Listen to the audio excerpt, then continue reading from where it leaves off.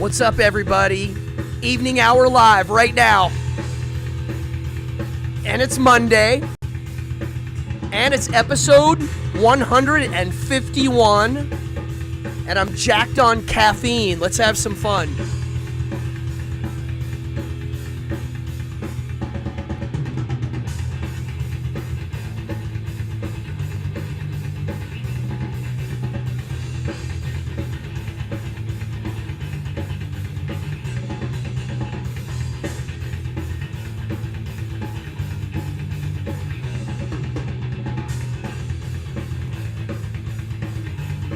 Here we go.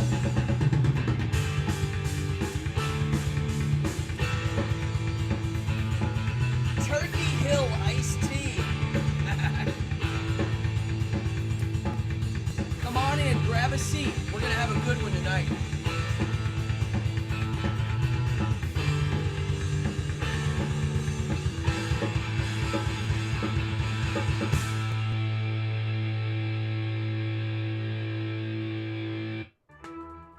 Little Mozart. I've been on a Mozart kick. What's up, everybody?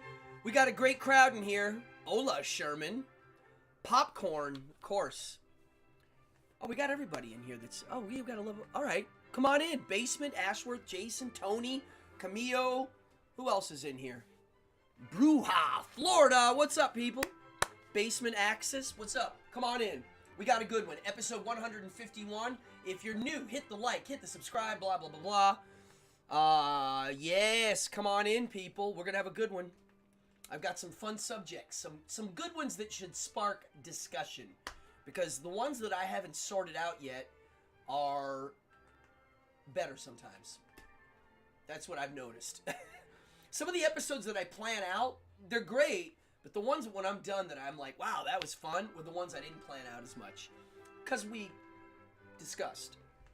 Come on in. If you're new to the channel, please say hi.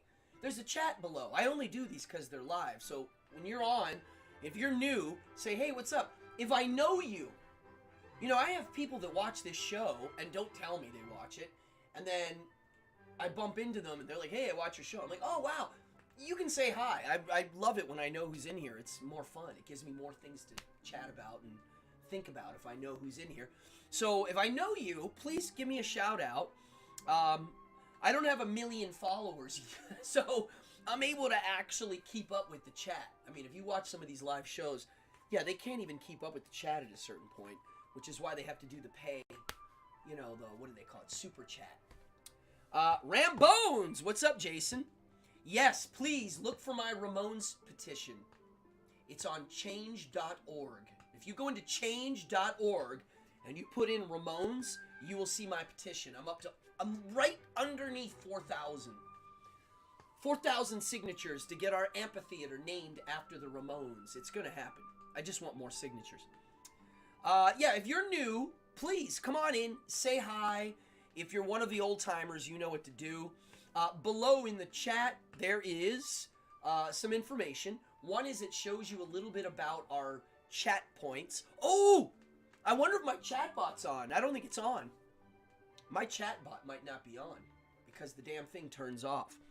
The other thing is you can donate. I take donations.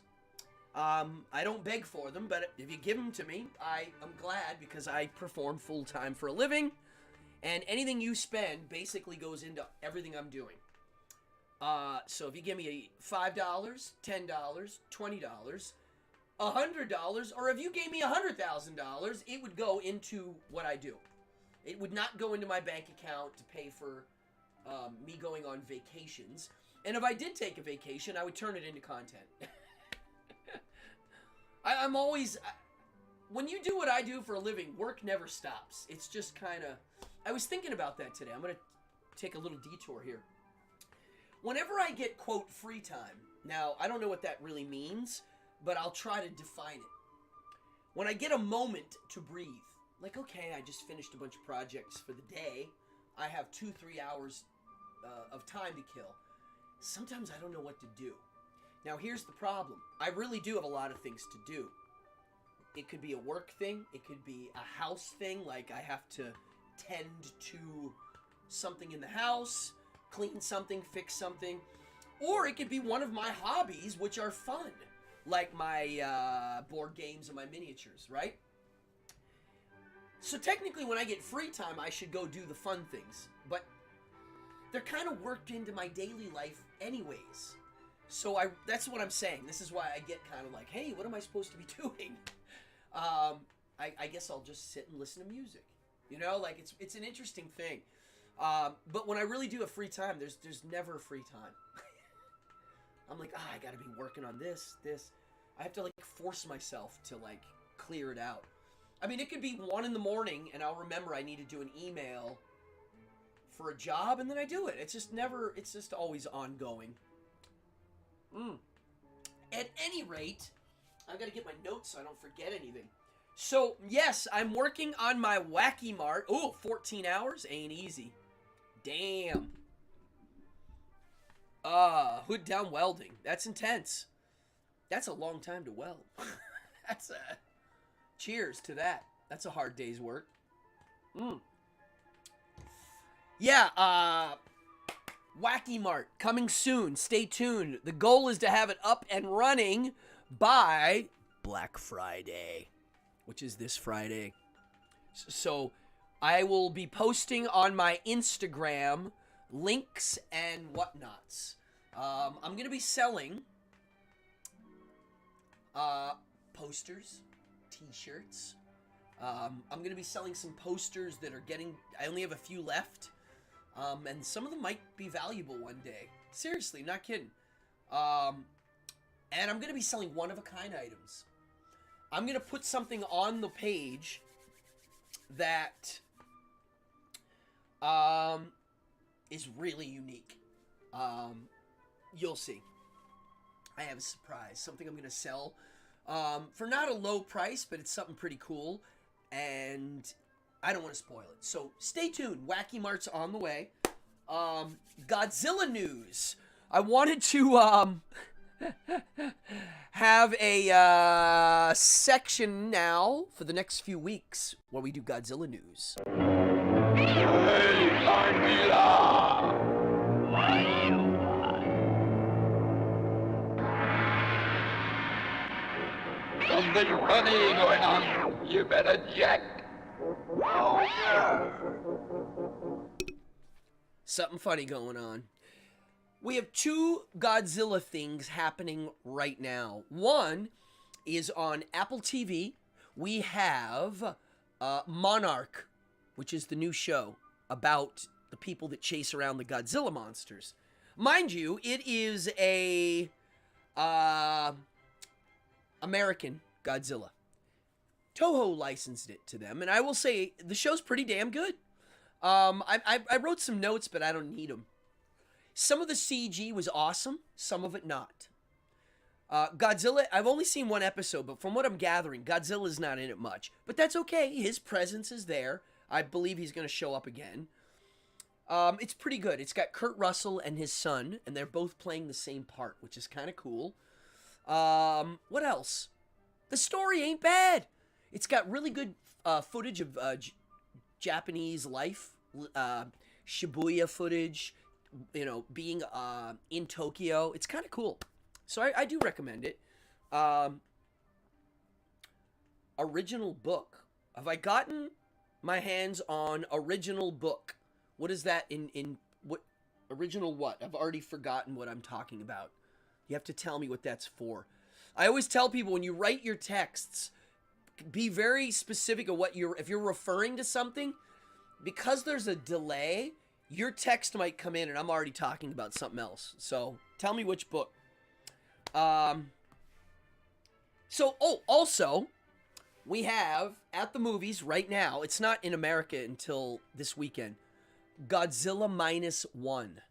And the reviews say, some people say a masterpiece. I don't throw that word around too much. But they're saying it's the best Godzilla movie ever made.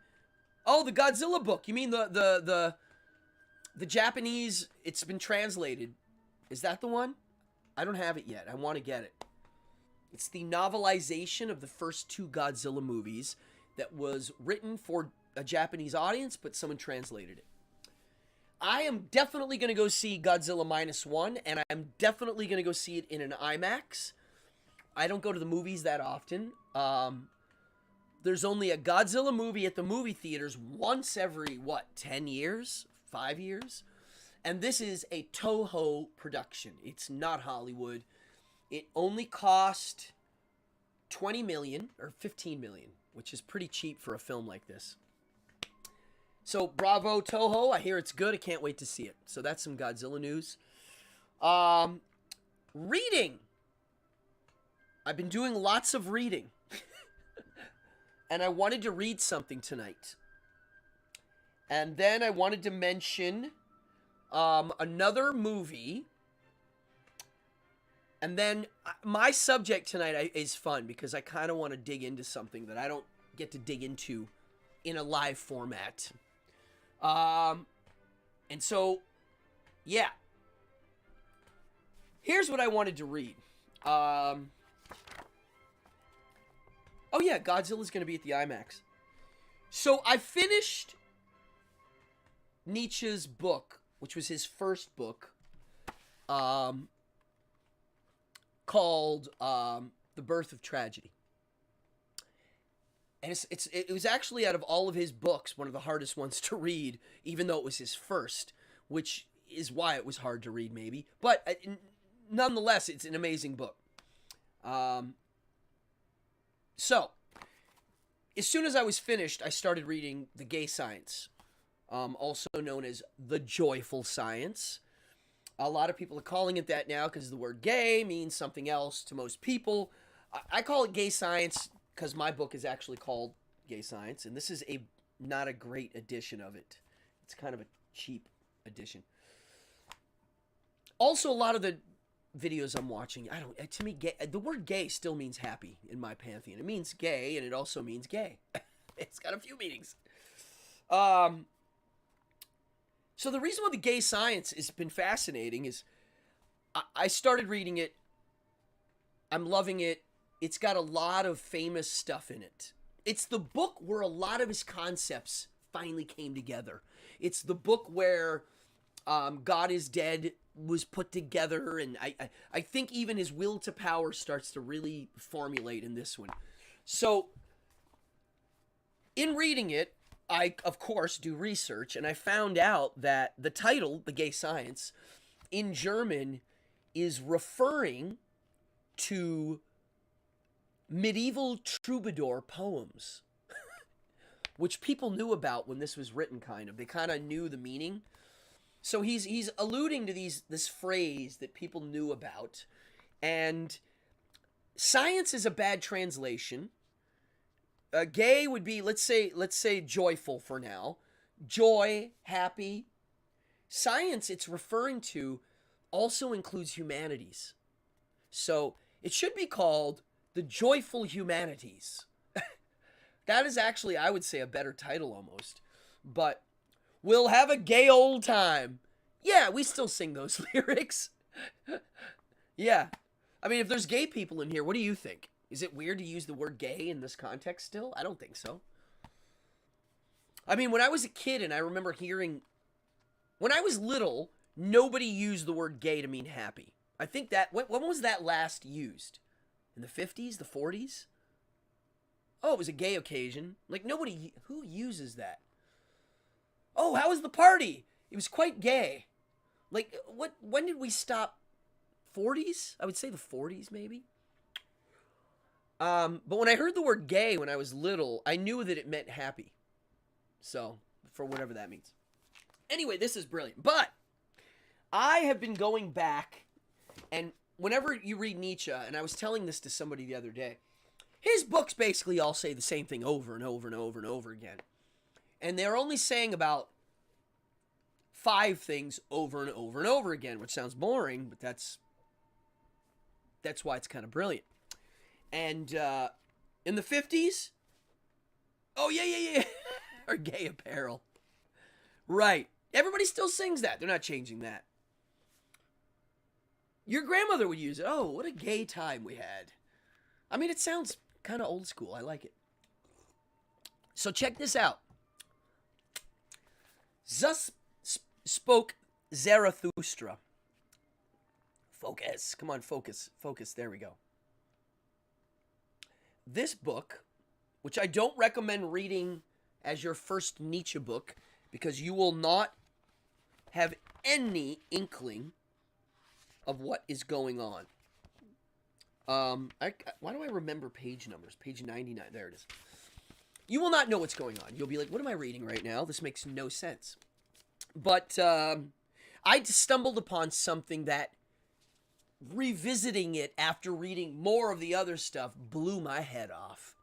And I'm going to read it now, and I will say that it's pretty damn poetic, and it's describing something that's very hard to talk about and describe. But that is kindness coming from not pity. Because in the Nietzsche stuff, pity's kind of bad.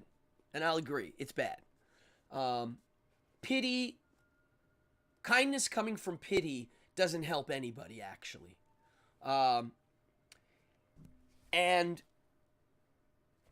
I found something. This is Zarathustra, the character, speaking to his followers. And Zarathustra, for people that don't know, is actually the god from the religion Zoroastrianism. And it predates Judaism as monotheistic. It's kind of the religion the Jewish faith stole most of its stuff from. It's true. They think they invented monotheism or the forebears of it, and it definitely predates them. From what I'm discovering, Judaism was polytheistic, and then it became monotheistic. Check it out. So, you should, if there's a rabbi in here, I'd like to discuss that. I've had some good debates with rabbis on that. It's a fun chat, actually. It's kind of fascinating of where Judaism came together. But check this out. This is called Of the Bestowing Virtue. It's just a little excerpt from it.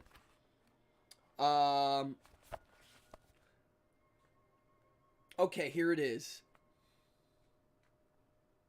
Okay. And bestowing virtue is referring to the virtue of giving. Okay? You're going to love this. And listen to the poetry here, too, because the philosophy of Nietzsche comes out mostly from the poetry of the words. I swear. This is why I put him in the art category, which is what tonight's subject's about.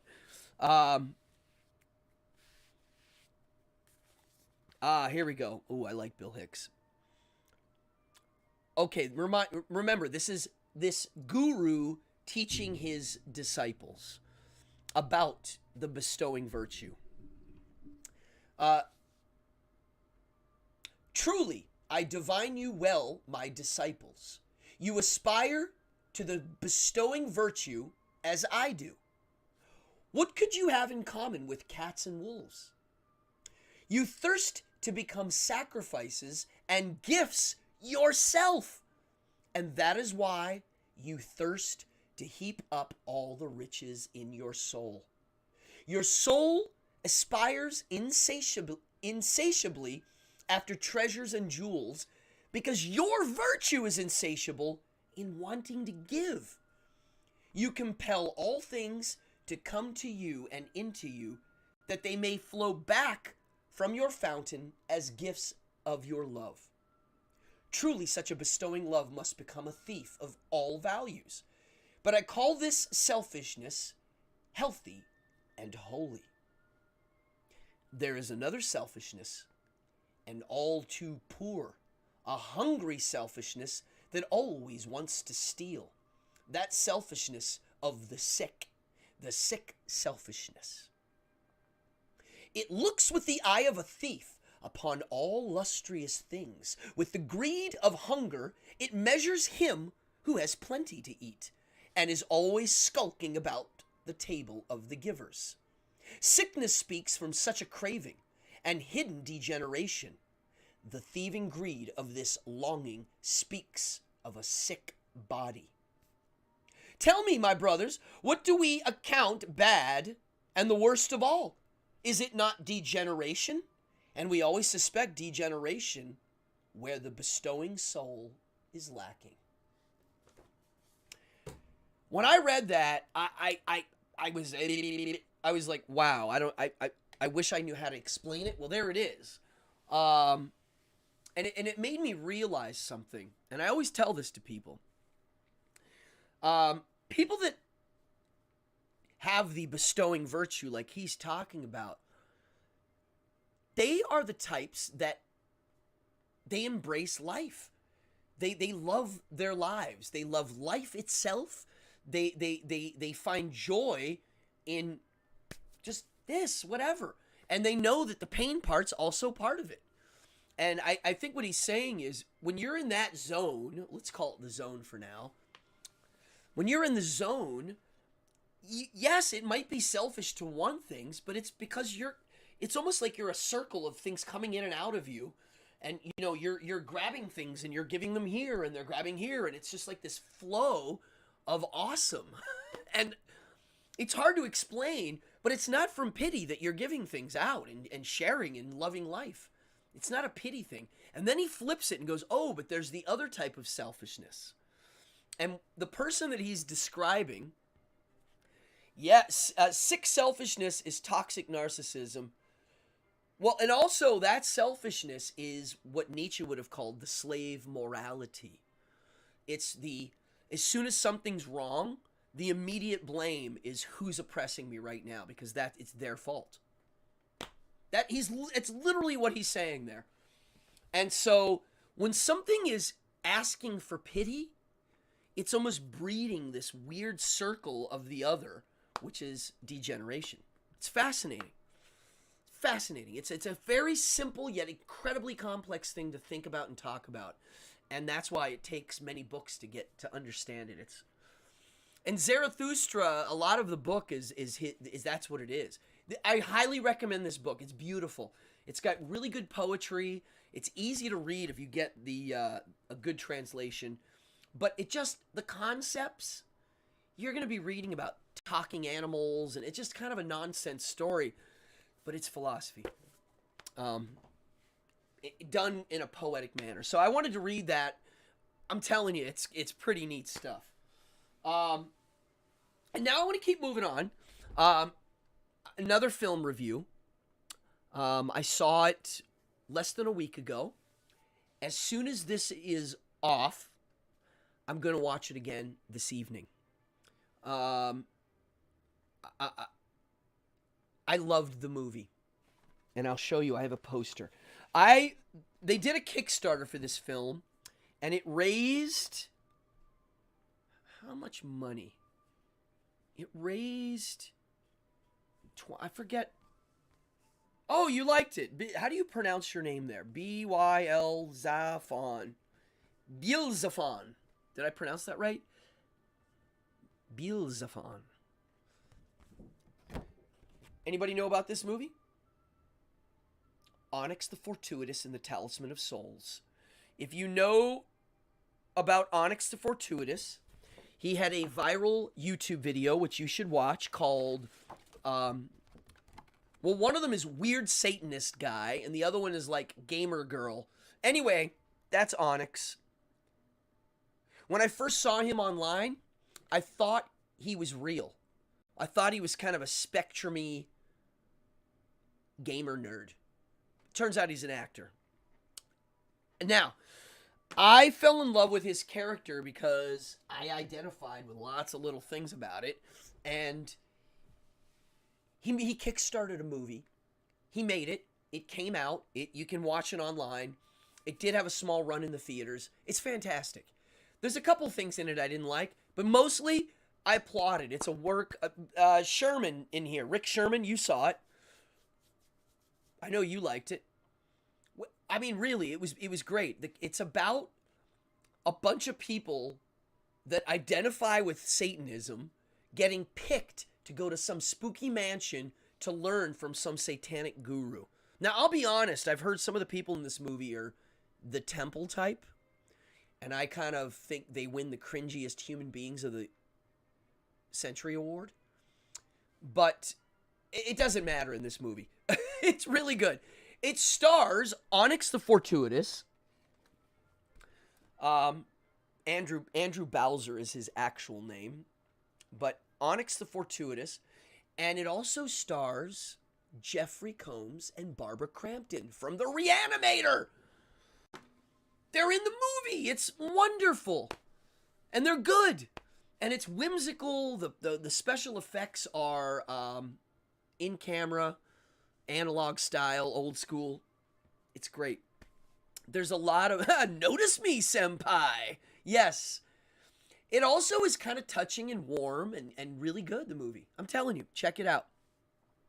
I've been a fan of this guy's work. He's a DIY artist, and I support him wholeheartedly. I forget what I donated to his thing, not much. And he sent the posters and the... To Onyx the Fortuitous, cheers to DIY artists, actors, and performers. I don't know what to say. Check it out. It's funny. It's a comedy. It's about it's game nerd humor. I don't know what to say. If you go to game conventions, you'll really like it. It's that kind of vibe. Yeah, he's pretty funny. He's a talented actor. I don't know what to say. At one point about 3 years ago, I wanted to hire him for one of my parties at my house to show up in character. His catchphrase is, I don't know. He's definitely plays a spectrum-y guy. Like, I don't know. I don't know. He's constantly saying, I don't know. It's really funny. Okay. Let's get into the meat. Oh, by the way, if you're new, hit the damn like and subscribe. Today's show. Booyah! Pretentious art and horror fun. I don't know what to say about that title other than I was trying to figure out what to put that would A, make people want to watch, B, be kind of accurate of what we're talking about, and C, I don't know. It just seemed to make sense. I'm going to ask you now, watching, I'm going to look now, I'm going to be reading your comments. Everybody that's watching that gives one, oh, I don't know if you know this, you can't say the S word anymore on this YouTube's. It's another word I have to dance around. And I do believe I have a subject on it. I did one of my episodes. I have to go look and see if it got pulled. S, meaning not feeling depressed and not wanting to live, that kind of stuff. You can't say the S word. Your video will get flagged. And yeah, they're really starting to hammer down on things. So, here's what I want. What is art? What does it mean? What is art? Write it. What do you think art means? I'm curious. Write. You can write whatever you want. Define art. Give me your definition of art. I don't know. Now I'm going to be doing that all night. One line across a canvas. Okay, good. Jason, if I don't come back to that, please. Yeah, art is pretentious. Okay. Fake, illusion. Okay. Keep them coming. Give me when you hear art, what comes to your mind? Like, what do you think of? Hi, I'm an artist. Like, if you met somebody, go, hi, what do you do? I'm an artist. Bullshit, art. See, it's funny. Most of these comments are negative, which is kind of amazing.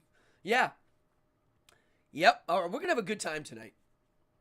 Because I agree with this, but I don't agree for a different... You'll see. I have a neat take on this. I think you're going to appreciate. Here we go. Art is anything that speaks to your imagination. Okay, interesting. Something that awakens your imagination. Okay. Art is subjective. Okay. Interesting. That's a big one. Art is subjective. We'll talk about that. The creation of what is in your mind manifested into reality. Art. Well, then in that case, creating a medicine could be art, right? In that definition. Look sincerely, art is an illusion. Okay. There is no art. I like that. Art equals brain dumping. Okay, this is fascinating. Art is giving comfort to the uncomfortable and disturbance. Yes, who? Yeah, I've heard that quote before. I like that. Art is giving comfort to the uncomfortable and disturbance to the norms. Yeah. Creation for not a necessity, practical. Okay, there you go. That's a big one, Camillo. Creation without an actual reason for it. Okay. I like this. Art equals brain dumping. Okay, Serena. Hey, what's up, Serena? An expression of how you perceive and experience a part of life. Okay, we're gonna. Yes. Okay. Yep. Okay. Art is uncompromising. Frazetta's art awakens my imagination. Mine too. And you know, I went to an art school with people that laughed at Frazetta's art and said it wasn't art because it had a practical reason. So Serena's quote, an expression of how you perceive and experience a part of life. Okay, all of these things that were said would not have been said 120 years ago. Oh, here we go. Okay, here, this is funny. I'm going to read this and then keep going. Until people stop thinking vandalism as graffiti fits as a masterpiece, I would not believe the sacred cow art doesn't exist. All right, so if you went back 100 years ago and you did the same thing, it was just the beginning of people talking about art being created for art's sake. And they called it the movement l'art pour l'art. L apostrophe A-R-T P-O-U-R L apostrophe A-R-T. L'art pour l'art. I'm pronouncing it very American there. I can't pronounce it in the French. Art for art's sake. Now, if you ask me to define, what is an artist, okay? Me, personally, because I basically figured out how to pay the bills by taking things from my imagination and making them real, and then someone pays me for it. That's all I do full time. I'm either creating a show, a song, an event that's an experience, a performance art, or sometimes I'm making things like cards or a book or a thing, or, I make things from my imagination. And so the l'art pour l'art movement, it seems like that art for art's sake, if you went right before it, art had a purpose. And if I would say to people, hey, what's art? They would say, well, these are the people that are able to capture an image and preserve it. Or, well, they're glorifying God with something beautiful. There was a reason for it. It was very, specific, like maybe by drawing a cave drawing, it was going to make your hunting better. It wasn't just to express your insides necessarily, and it wasn't thought of that way. It was more thought of as like a craft or a thing. And so eventually people started taking it out, and like Serena's quote, it became this concept of, I'm going to express my own individuality of who I am through a sculpture, whatever it may be. Music, drawings, painting, dance. No, okay, this is great. This is one of those subjects that we could talk days about. So here's what I wanted to do. I'm going to read you some of the things I was writing down today because I actually took a lot of notes for today. What makes art and something not art? Like somebody mentioned they can't stand it when there's a line drawn across a page.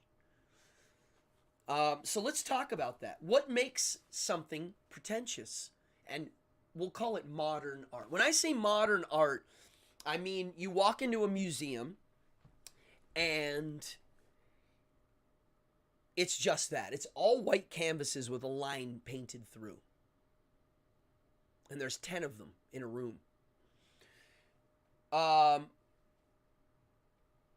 Discrimination. What is discrimination? What is that referring to? Art discrimination? Modern art. Let's talk about modern art. Well, a lot of modern art is commenting on art. It's art for artists. And that's fine. So it does have a purpose. And sometimes, and I wanted to say this, I'm going to explain to you some artists that I thought it was stupid, and then I gained some insight, and then I realized it wasn't pretentious. But it might circle back to pretension eventually. I'll explain.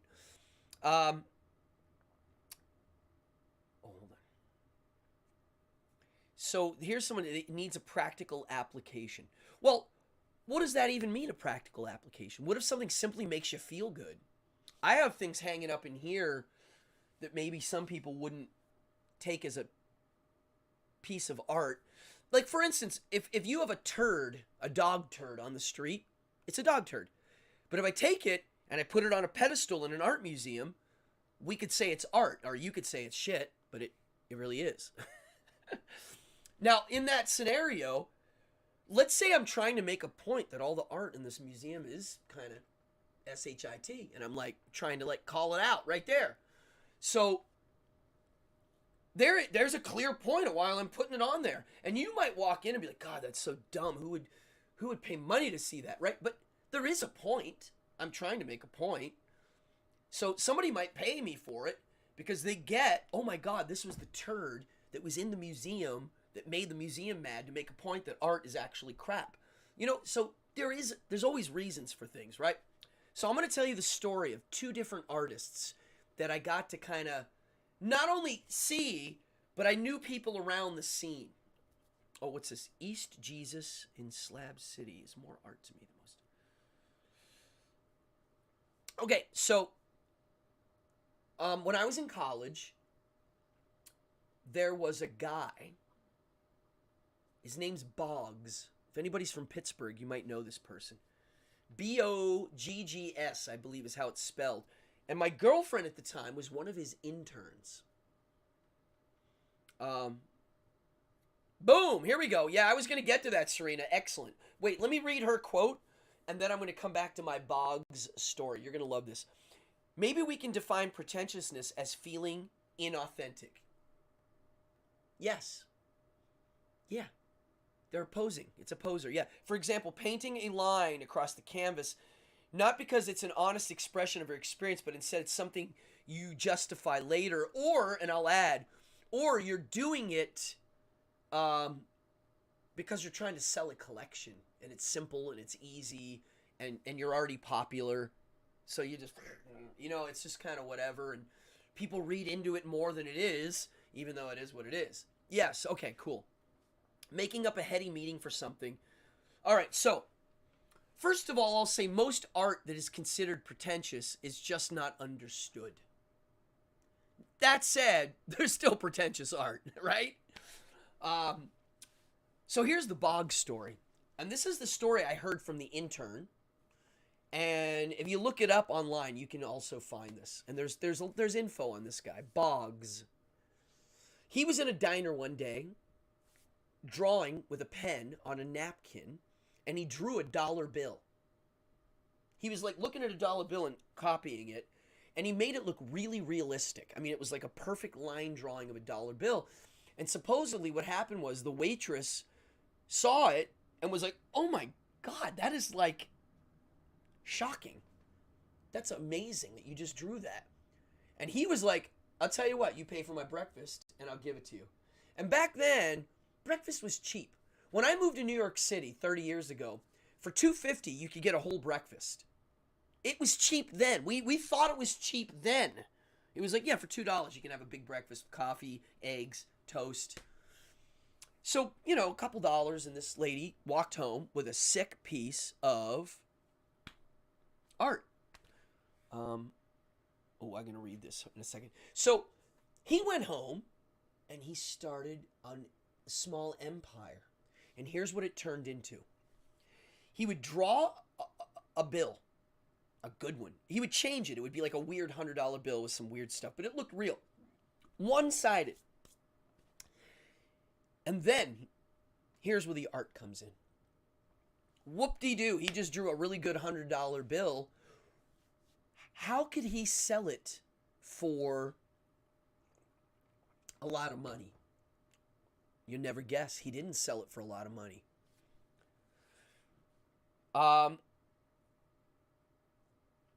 So here's what it is.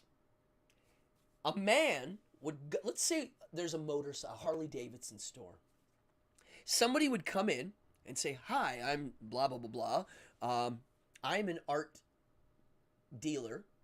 And tomorrow, a gentleman is going to come into this store and buy that motorcycle. and he's going to pay you with a bill. And it's a one bill, and he drew it. If you accept that art for the motorcycle, I, the next day, will come in and pay the amount of that motorcycle for that bill. And that's what he was doing. He was drawing money and buying things. And the art collectors were paying for it. And not only was the art, but the transaction was becoming part of the art. The actual transaction was a performance piece and a comment on our money. So it's kind of amazing. Oh, here we go. Doing a line just because you were from a prominent family, referring to they're able to be rich. Yes. Say you're an artist doesn't make you an artist. Okay, well, I don't know about that. I don't know if being rich. I'm a poor guy, and I don't make fun of rich people ever. Or not make fun of them, but I don't. It does give an advantage, I will be honest. But it doesn't take away from the art part. Because somebody could create art expressing their shallowness. At least I would think so. Like Warhol. Okay, so that's one story. Now here's another one that's even more outrageous. And you can look this up while I'm talking to you. Look up Mark Kostabi art. Now I know this because not only was I in a studio, I was on his internet. He was doing like a TV show as part of his art. Here's what it is. The man didn't paint any of his paintings, and he didn't even name them, and he was selling them for a lot of money. Now that sounds pretty pretentious. But wait do you hear what he was doing? He would tell them, he had a studio filled with people painting paintings for him. Let's say 15 people. And he would tell them what to do. He would say, take this imagery from this painting, take this imagery from that painting, and copy that painting's pose and do this abstract piece of art. And through that, so if you're an art historian, you would kind of maybe guess what some of these things are. Now, here's where I came into play. To name his paintings, he made it a show. So listen to this. The show was an audience, a panel of helpers, and a panel of the main judges. And Mark Kostabi, the artist, nowhere to be seen. He was watching somewhere. They would bring out a painting, put it on an easel. The three people on the podium would say a name. I call that anger management, right? And they go, okay. And then the next person would say, how about two people fighting? And like they'd each name the painting. And then I was on the helping panel, and the helping panel got to comment on those and kind of question it and bounce back and forth. Whatever name was chosen won a $100 bill. So he would pick the name. He'd be like, I actually like that one. Boom, you get 100. Boom. And so it was like a game show for naming the paintings. Now think about it if you bought one of his paintings for 20, 30, 40 grand, whatever they cost. Think about when you hang it on your wall, no one would know the crazy process this kind of whatever piece of art went through. So, Church of the Subgenius. We have an expert on the Church of the Subgenius in the chat tonight. I have an opinion on the Church of the Subgenius that I always admired them until I saw the documentary. And it ruined it for me. But that said, I do appreciate what they've done. I'm not an expert on them. So, I always thought that art, commenting on other art, obviously, is poetry for poets. You know, I get it. I get why people don't like it. It's for the scene. It's like why I hate magic tricks that magicians do for each other. Modern art makes you think why the artist made these choices. I wrote that down. So when you see the line in the white canvas, and that's all it is, what did it do? Well, it did something. It made you think, what the fuck does this mean? Why? If you look at the title and it says, it's called Dead Mother. I just made that up. Now I'm like, oh, maybe that's the flat line. And that's like, but without the title, I wouldn't know that, you see? Just like a jazz song. Sometimes you hear a jazz song when you see the title. You're like, oh, that changes the meaning. So here you go, modern art.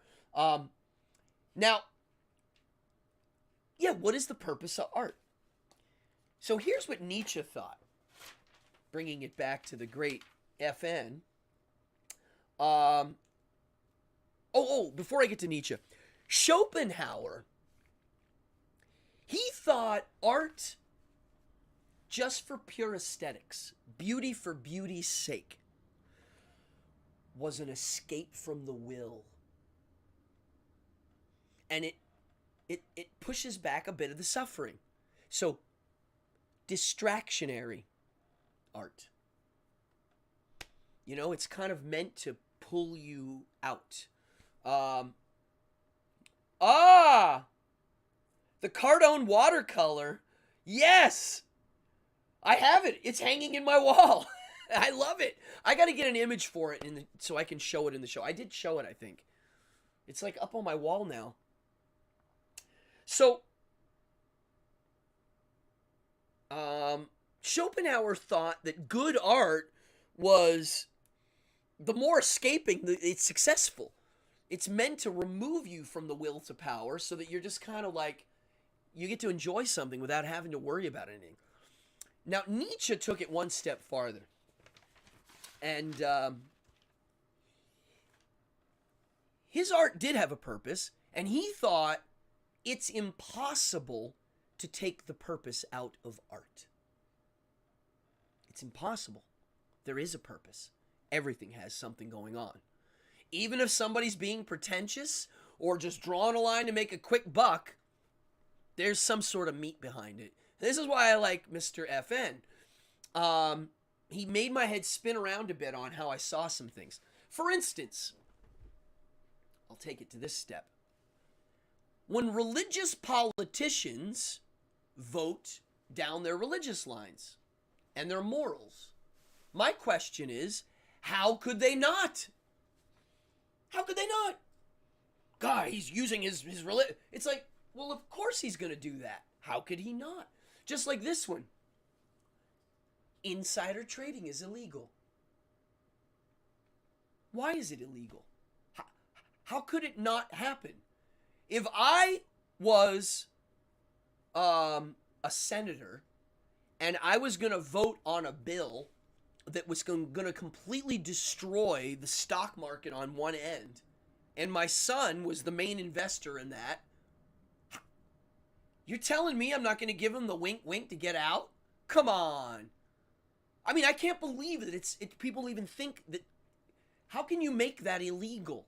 It's not possible. You are going to do what you need. It's just the way it is. And so I was thinking about that with art. I was like, it just seems like that's it. Like there's the saying, how you do anything is how you do everything. And I really try to use that with everything. Whenever somebody does something stupid, it's like, well, Hieronymus Bosch, I love him. That's some heavy stuff. Whenever somebody does something, there's a story to tell of why they did it. This is like the whole free will argument right here. When you make a decision, I'm going to make a decision. Free will's claim is that there's nothing influencing that decision. Nothing. It's free. There's no causality coming from the outside to pick this, or this. That goes against all science, physics, and possibilities. Not only is there something influencing your choices, it's billions upon trillions of quadrillions of things pushing forward to right now. How could it not influence? So no matter what the artist guy's intentions are, there's some sort of intention. And so Nietzsche's top dog for art, the top dog, the greatest intention you can have, this is where it gets interesting. I wrote down some notes on this so it was easy to explain. The top dog for the purpose of art, from Nietzsche's point of view, was affirmation of life. James Dunn, what's up, brother? Nice to see you. Yeah, affirmation of life. Now, let's talk about what that means, because that sounds like, you know, when the religious Christians, when they sing, they do this. That's what it sounds like. Life is great. God is great. That's not what he's meaning.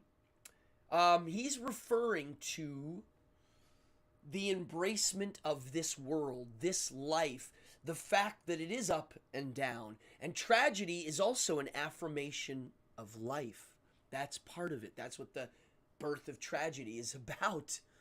What is tragedy? Why did, you know, what Aristotle is the one that kind of came up with the concept of a catharsis. A lot of people don't know that. It was Aristotle's idea. Andy Warhol framed a dollar bill and sold it as art. Is that magic? Yeah. I would say so. That's pretty magical. Zest for life. Yes. Yes. Lorcan, what's up, brother? So, the zest for life. And it's funny because a lot of people go immediately on the positive for that, but it can have a negative quality to some because of the tragedy stuff. Hence, the horror film. For me, horror films glorify and affirm this life. Catharsis, emotional state, equals magic. I had that written in my notes, which is funny. Dionysus, the god of death and rebirth. Yeah, postmodern art. It does look narcissistic and kind of pretentious, but it's still, there is a point. What is its point? I would say if you're doing art for money, that is not life-affirming. If you're doing art to point out who the oppressors are, that's not very life-affirming either. Those would be arts that Nietzsche would not like. Honor aesthetic is the only aesthetic. Oh, horror aesthetic. I thought you were honor. I mean, I do like horror. Oh, look at this. Jason, I got to read this. At 9 years old, I shit my pants on purpose in a church pew. I love it. I love it. I used to do crazy things in church to kill time because I was losing my mind. In some ways, church to me, I've gone over, like, I'm over it, but there is an abusive nature to what church does. It turns your subconscious against you. At least that's what I saw. Yeah. Boom. There it is. I like this, Lorcan. Lorcan writes, I make art for my own self-expression and pleasures. No other reason to make art, at least for me. So, we're gonna stay on that one for a second. Because it made me today, when I was thinking about what art means to me, what art I like, what art I find pretentious. The art I find pretentious are the ones that are clearly doing it because they're part of the game of the art dealer inflating prices. This guy's collectible, make something collect. To me, that's like, I clear that out. I also differentiate craftsmen from art. In this case, the magician Jeff Sheridan and I used to have long discussions about this, but a craftsman makes what he can sell. An artist sells what he makes. So back to Lorcan, the Satanic Show. He just makes what he makes. And if someone wants to buy it, well, there you go, buy it. That's an artist where I'm going to make something because people collect this. And I'm going to do that for that reason. And it's a craft and you buy it. And yes, there's an artistic expression of how I see things, but it's something I know that would get put into the craftsman thing.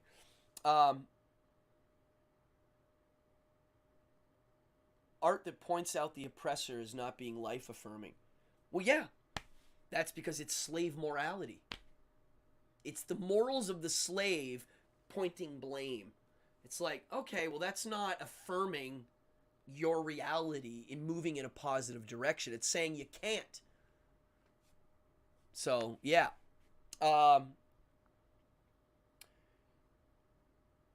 I know quite a few artists that have jobs as artists, and every one of them hates it. I would say they're not artists then. If it's a, quote, job where they have a boss, they're not an artist anymore. To me, the artist is the boss, and people come to him for the product. And I will say this, Jeff Sheridan, the magician, always said, designers think of themselves as artists when they're not. Jeff Sheridan, the magician, despised designers because he was like, they steal artistic concepts, like something Salvador Dali would come up with, a concept, and then use it to sell a product or a record or whatever it is. It's being repurposed for a monetary sell. And that's what designers do. They're hired to design product, but they're stealing art concepts. They're not an artist. They're making what they can sell. They're not selling what they make. Does that? I think that's easy to kind of grasp. I was thinking about my own art and what I do, and I fit that description too. The Satanic Show, Lorcan. You should watch. He has a show. Yeah, check him out. Whenever you're in the chat, visit some of these people's pages because they have shows too, and they're good. Pretentious? Moi? That's pretty good. Very good. Wait, where's your book, Rick Sherman? Damn, where did I put it? Oh, I just had it out. I have so many books in here, it's getting to be wild. Rick Sherman has a story in a new book. I'll put it on the next episode.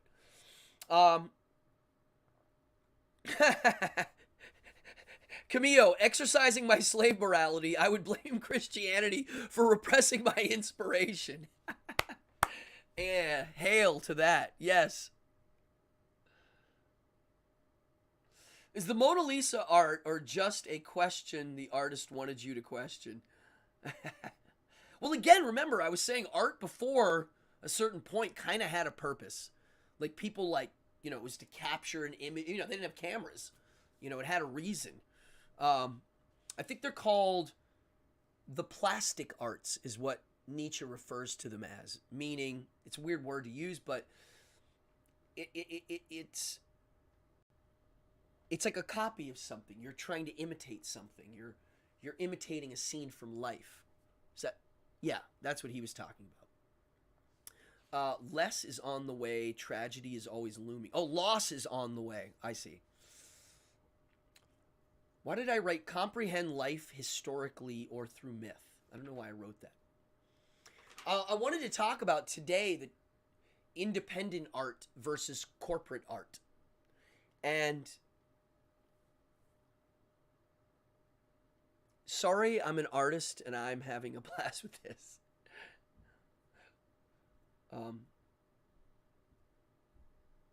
Inspiration is necessary, and evil things are inspiring. Yeah, I mean, evil, I don't use the word evil or good. I try not to, but things others would deem as evil or negative, yes, for sure. Art is how you represent myth. Interesting. Well, myth being myth, art would be the only way to actually make it tangible. Yeah, it's funny. If somebody asks me what I do, I tell them I'm an entertainer. I guess I count as an artist for some people, but I am a performance artist. And my art does have a purpose. It's to entertain people. I mean, I get hired to make people laugh, forget about their lives, experience wonder. That's it. That's what I worry about. How do I make them go through that? But that doesn't mean that all of my philosophies in my life and things I think, it's all in that. It has to be. It just is. It is what it is. My show is me. It's an expression of it's me. So if I have a philosophy in life, it's in there. I might mention it, but I might not, but it's still in there. And I was really trying to think about how I view my own projects and who I'm making them for. And ultimately, I'm making them for myself. I have to like them. I have to be like, wow, we used to say in my band Toilet Boys all the time, we wrote songs we wanted to hear. That's all. We made music we liked and we wanted to hear it. He was like, well, no one's writing music like this. Let's do it. Let's make some headbangers. Like my band Toilet Boys, I really liked the songs. They were headbangers. It was party music. We were like, let's create an audio party. That was what that art was,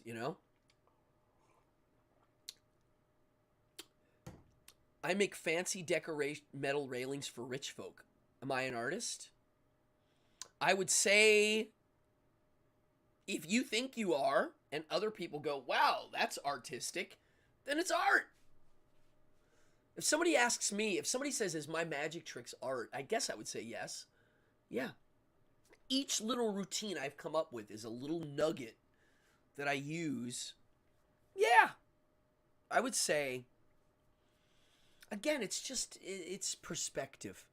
I mean, if your decorative metal railing uplifts and glorifies something normal, which I would say yes, it's art. A normal railing is a railing. You don't notice it. It's like, all right, it's a railing. I'm going to use it to go down the steps. But if you make a really nice one that's maybe, you could say fancy, like, it has decorative on it, or it's just perfect and clean and it's just clean edges and nice, and someone notices it, yeah, maybe that's it. It's noticed. Notice me, senpai. Notice me.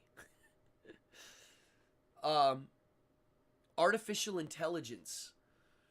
Well, that I don't know. That's like saying, oh, wow. Okay. Well, I think the invention of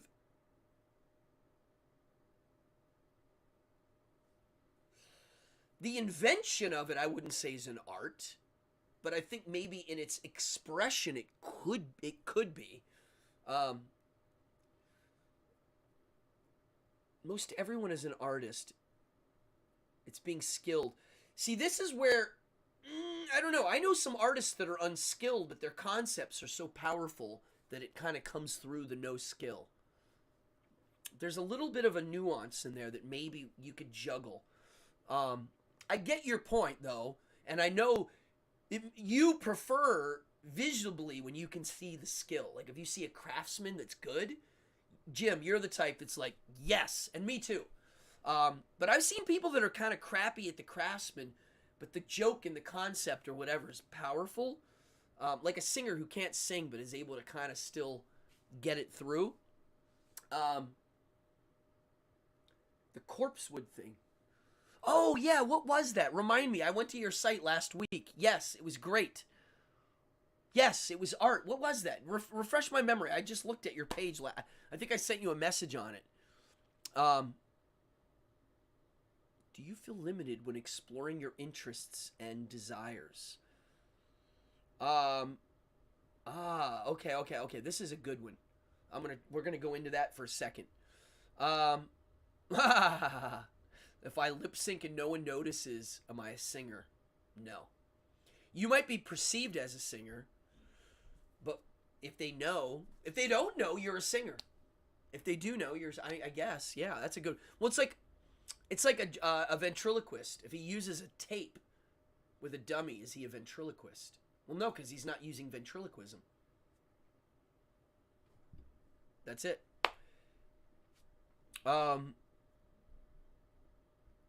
The Baphomet, yes, I would say that's art. all the different forms. All right, so do you feel limited when exploring your interests and desire? I think there is something fishy with that. Okay. My interests I actually don't have that many. It might seem like I do, but it's only a few. And when I am bored and I want some zest out of life, and that's how the story Faust starts. He's like, I'm bored. I've done everything, seen everything. I've slept with every lady. I've done this. I've done this. I've done blah, blah, I'm rich. I'm this. I'm a doctor. I'm an occultist. What is there left? It's kind of how it starts. Whenever I get that feeling, I mostly go back to something I've already done over and over again and do it again. And I find a new, deeper layer. That's me. So, oh God, where did the chats go? They're going quick. So do I feel limited when I explore my interests and desires? Yes, I do.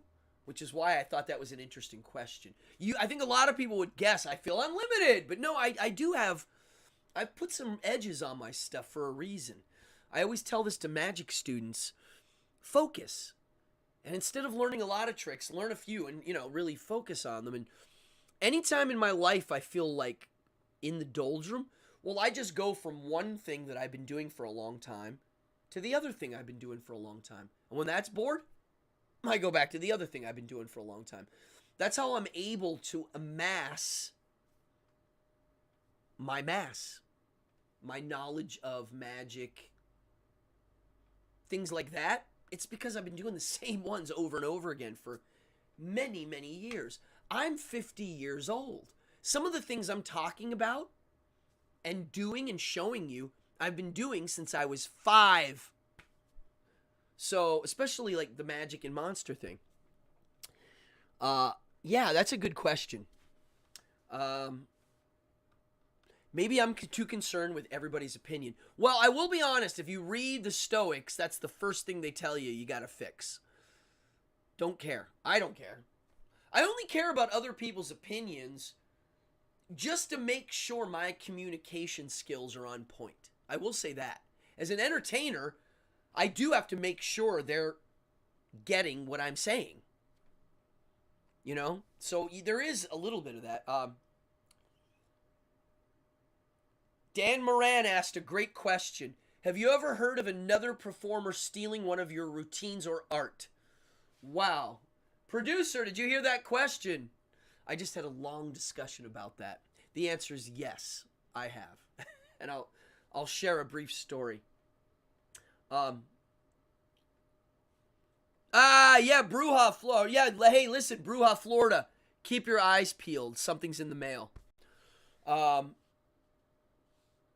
Okay, here we go. I'm not doing the game tonight though. Next week maybe.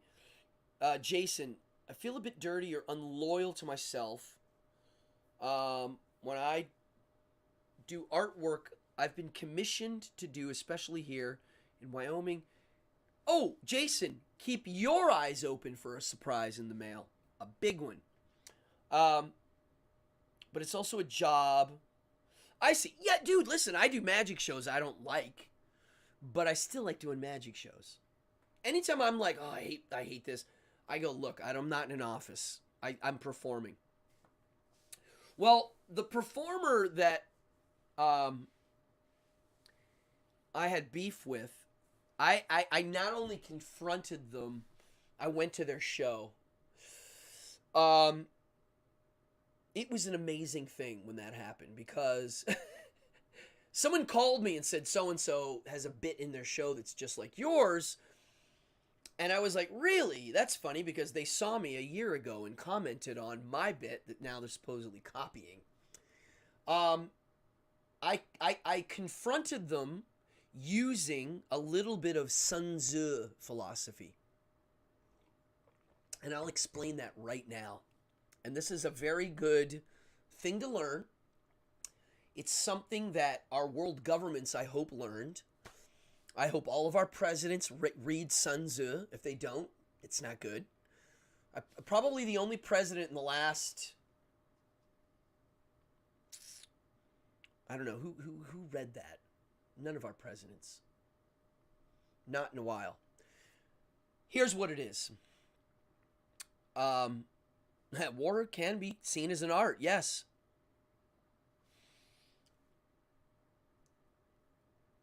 Is an opinion and a thought the same thing? Well, it's your reasoning behind a thought, I would say, is the opinion. So here's my story of how I dealt with it. I told the person, I sent them an email. Hey, I heard there's a little bit in your show that's a lot like mine. It's funny because I remember you complimenting me on my bit. I think I can actually find the email. I saved all these. And then I put at the bottom, by the way, if it's just a coincidence and we independently created these things, that's great. Just, let's chat. So what I did there is I gave them a bridge out.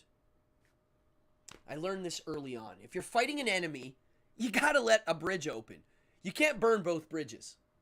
I mean, you can, but whoever you're fighting is going to fight with a little more pep in their step, okay? Because there's no way out, and they know they're going to die. So that's it. They're going to go nuts. So you got to give them the bridge out because they'll usually take it. I've learned this technique when I'm talking to people. If you know me, now you're going to know one of my little things that I do it naturally. It's not like I'm trying to manipulate. I guess I am, but I do it naturally. I always give people a bridge out. I'll say, here, hey, this is what this looks like. Are you trying to infer that it's this and this? I give them the out.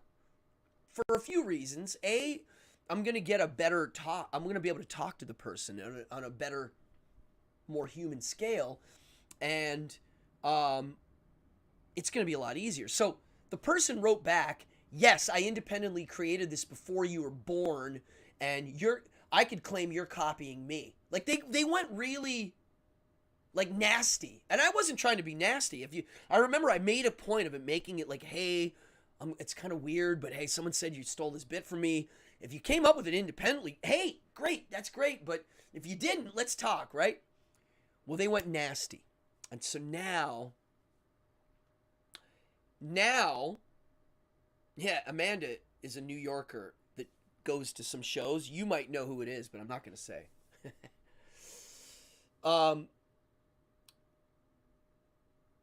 I got them on the phone.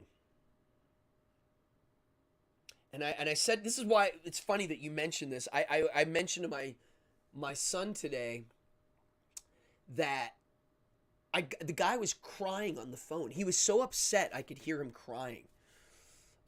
Which means I hit a sore spot. Because, dude, if I flipped it and I went to a show of he's a little bit older than me. Maybe about 8, 9 years older than me. And I went to a show and I saw a young guy. And I was like, oh, that was a cool show. And then a year later, he's calling me going, yo, did you steal a bit from me? I would have been like, absolutely not, brother. What are you talking about? I'm sad that you think that. I would be upset that he thought. I'd be like, no. I wouldn't turn mean right away. I would just be like, whoa, oh, I'm sorry. I really like your show. And yeah, you have a bit and I have a similar bit and I came up with it then. And I'm sorry that you think that, but I would probably go, yeah, I can see why you'd see a similarity, but clearly, like, it wouldn't trigger mean and nasty, and it wouldn't trigger that at all, especially if I knew the person. So this guy goes,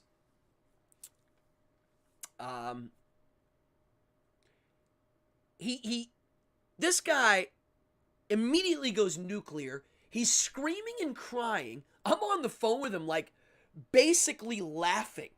Literally, like, oh my God. I can't believe he's bugging out like this. Wow. It was basically like, I caught him. Like, here it is. He was screaming. Basically, the bit he stole was very unique. And he was, like, trying to claim that if a magician does a trick with a rope and another magician does a trick with a rope, how can you compare? So the analogy would be this. Let's say there's I'm going to use this as an analogy. This isn't what the trick was. Let's say I came up with a trick with a Pez machine. Or let's say, let's do this. Let's say 200 years ago, this is a better analogy, a magician came up with an act that uses a bell. And it does something like it floats and rings. I'm just making this up. Nobody does the trick. Nobody. And I discovered it in an old book, and I come up with a new version, and it's in my show. And I'm the only guy in 100,000 miles that has anything even remotely like that. And then another guy has the same act, or something very similar. That's what he was claiming is the same as a rope trick. So while he was having his tantrum, the thing that was like really funny, and I gotta admit, once he bugged out, I do remember, it does sound like a Seinfeld episode. I remember kind of having fun with it. So if this magician person ever watches this video, I'll be straight up. I thought it was funny, and I did have pity for you. Because he started bragging that he was more famous than me. He was like, first of all, you're a nobody, and I performed at the White House, and he started like listing his credits as if he had better credits than me in showbiz. What he didn't realize, he never knew what my magic shows were. And at this time, this was probably 15 years ago, maybe. And I haven't done the amount of shows I've done now, but I still had 1,000 shows under my belt. And I had done music gigs in front of thousands. Like, you know, arena style. I was in Toilet Boys. And so I remember he was bragging to me, and I'm like, bro, what are you bragging about me this for? Like, you want to do a who's is bigger contest? I think I won, actually. Stop. This is ridiculous. I beat you by a landslide. I've definitely performed for, I was just like, I can't believe he's doing this. And then he kind of apologized at the end, and that was that. He didn't say sorry. He was like, sorry for bugging out. He apologized for bugging out. And that's what I remember, it kind of ending on a neutral gray, kind of like, wow. Like, and then I went to his show. And him realizing I was at his show he didn't realize it, I don't think, until after he had done the act. He was like, oh, Cardone, you're here, hi. And he was like kind of nice. And I was very just like, yeah. I wanted him to know I was watching. And yeah. If somebody stole something like really like right out of my show and kind of went too bad, I don't think they realize what I would do. I've thought about this. How could you dismantle their show?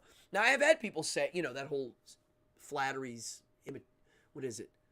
Imitation is the greatest flattery. Well, it's not. But if you went to someone's show that ripped you off completely, and during their act stood up and said, hey, this guy ripped me off. Even if it wasn't true, it wouldn't matter. It would kind of ruin the show and put a sour taste in everybody's mouth. I hate stealing material. I think it's terrible. It happens a lot, especially in the comedy business. Wow. What a great episode. I don't know what to say. I saw the bit, and I'll be honest, the bit that he was doing that was sort of similar to mine was so poorly done that it didn't matter. That's what I when I saw it, I was like, oh, it just makes mine look legit. That's what I thought. Yeah, I was like, okay. If anybody would see that and then see me do it, it's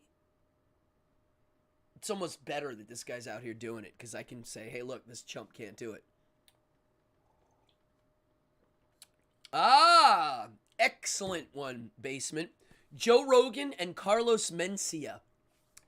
Everybody watching, if you want to see something very entertaining, Carlos Mencia, who's a ripoff artist, While he's on stage, Rogan comes out and calls him out on his BS. The audience goes against Rogan because they're like, yo, you're interrupting the guy that we came to see show. And then they start siding with him. You got to see it. It's brilliant. Excellent.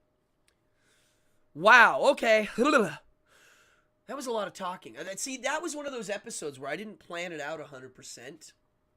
And I had fun just kind of reading the comments here.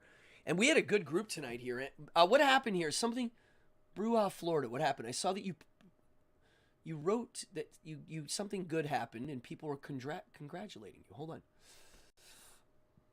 Ah. Oh, yes.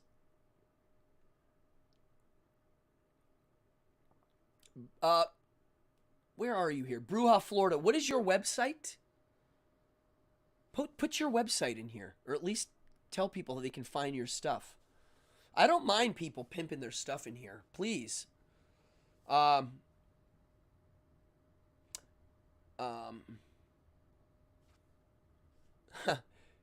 do your stuff all over DC. They love me down here. They call me Jimmy D. Yeah. Post your stuff. If you guys, I know we have a lot of artists that come in here. They come in and out, and there's writers and art. We have a great group in here. I love it. Please, if you're new, please hit the like and subscribe and notify. It's the least you can do. Donations are, if you give them to me, great. If not, whatever. I want people to have fun and spread the word. I'm trying to get a good audience in here, and we got one. So let's keep it growing. Let's keep asking questions. Let's keep asking ourselves questions about what we do. Asking yourself questions.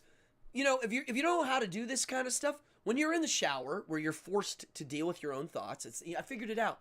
It's the only time you can't be on your phone, really, is the shower. The toilet, everybody's on their phone. The shower, it's a little trickier to be scrolling and whatnot. You can play a podcast. When you're in the shower, ask yourself questions. And not only that, I've noticed the difference when I say this to myself. You can say it out loud, or you can just think it, but saying it out loud is maybe better. You go, all right, dude, what do you think about this new boss that you got? Or this new girl that you're trying to date? Or that new movie? What do you think? And then you say, there's no one around for you to impress. What do you really think? Be honest. It doesn't matter. When I do that, I get the biggest mind expansion of thoughts. I start to dance around it and get right to the cause. So, yeah. Yeah. Thank you, Atomic Pirate Girl. Do a send-off magic trick, says Mr. Dunn. Okay, that one, and that, and how about that one, and that one? Here's one. Let me see if I have it here. Oh, yes, I do. I've done this on the show before. I've showed this before. This is an IKEA knife. I don't know if I've ever showed this to you. I think I have. Watch. Look. Watch.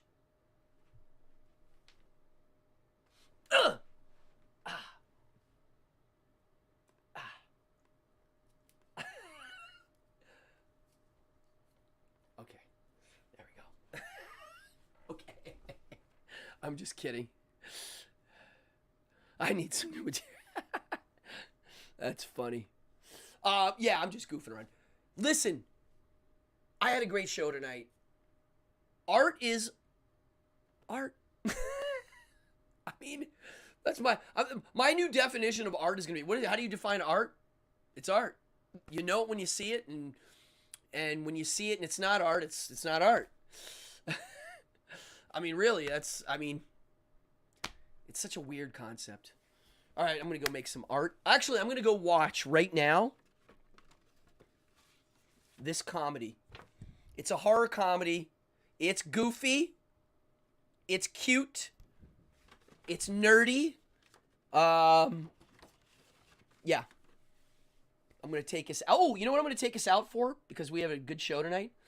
I uploaded an opulence video that I didn't have it in here. And it's pretty elaborate.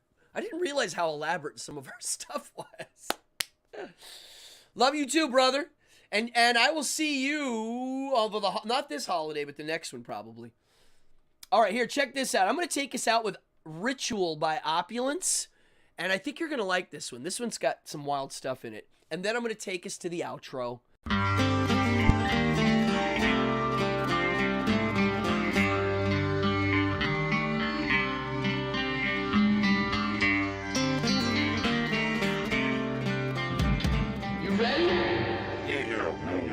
Let's do it, do it.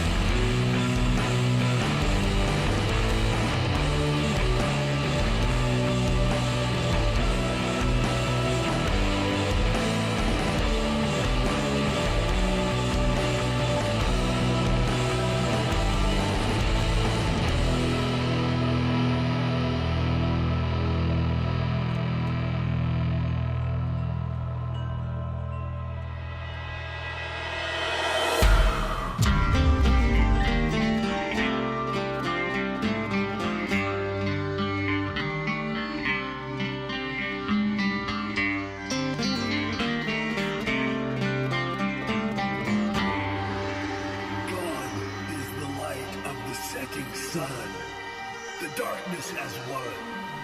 Opulence. Forever, forever, forever.